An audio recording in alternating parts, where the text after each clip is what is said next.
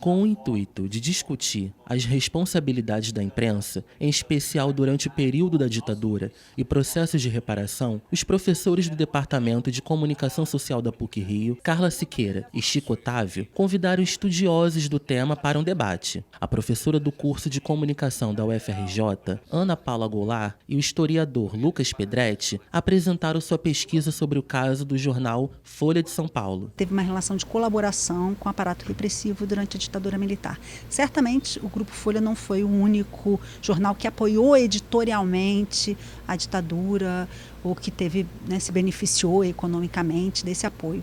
Mas a Folha de São Paulo tem uma singularidade aí nesse contexto, porque não só ela apoiou editorialmente o golpe militar ou o próprio regime, mas ela apoiou materialmente o aparato repressivo, né? Ela emprestava, por exemplo, seus carros para ações da Operação Bandeirantes, ações da repressão. A Operação Bandeirante, ou OBAN, foi criada pelos militares para investigar e desarticular organizações de esquerda. Ana Paula atribui a quantidade de apoiadores e saudosistas da ditadura ainda hoje à falta de memória da própria história. Eu acho que não é à toa que hoje um grande lema dos movimentos sociais é justamente a luta pela memória, por verdade, justiça, reparação. Esse é um dos grandes lemas de fóruns de movimentos sociais hoje, porque é uma percepção de que a memória ela é fundamental, né? Ela é essencial para que a gente, o velho lema, lembrar para que não se repita. O apoio ideológico da Folha de São Paulo à ruptura em 1964 foi registrado no relatório final da Comissão da Verdade e em livros como o da jornalista Ana Estrela Souza Pinto. O jornal já afirmou anteriormente que o apoio foi pontual e sem autorização da direção, mas a história da imprensa na ditadura não foi apenas de colaboração. Lucas Pedretti ressaltou o papel fundamental de alguns veículos para denunciar violações de direitos humanos, como o assassinato do jornalista Vladimir Zog, em 1975. Na época, o caso foi apontado como suicídio. Começa a ter cada vez mais repercussão, por exemplo,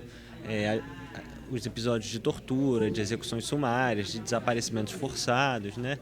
Isso vai ter um ponto de virada, principalmente com o assassinato do Vladimir Herzog, que por ser um jornalista, vai gerar um tipo de impacto dentro da própria imprensa, que é um certo ponto de inflexão, a partir do qual setores que eram até mais próximos ou menos críticos ao regime passam a adotar uma postura cada vez mais de combate, à ditadura militar. O jornalista Cid Benjamin integrou um dos movimentos de resistência à ditadura militar.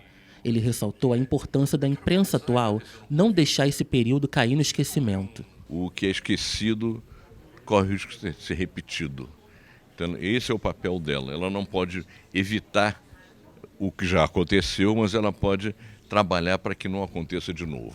A professora Carla Siqueira salientou que a nova geração de jornalistas deve ter um olhar atento às ameaças que podem surgir contra a democracia no país. A gente acabou de ter o 8 de janeiro. Estamos aí acompanhando o julgamento do STF, das pessoas que no dia 8 de janeiro desse ano atentaram contra a democracia no Brasil. Então, inclusive, com julgamentos bastante rigorosos, que me parece acertado, para tentar dar um sinal para a sociedade brasileira de que não é aceitável, tentar derrubar a democracia.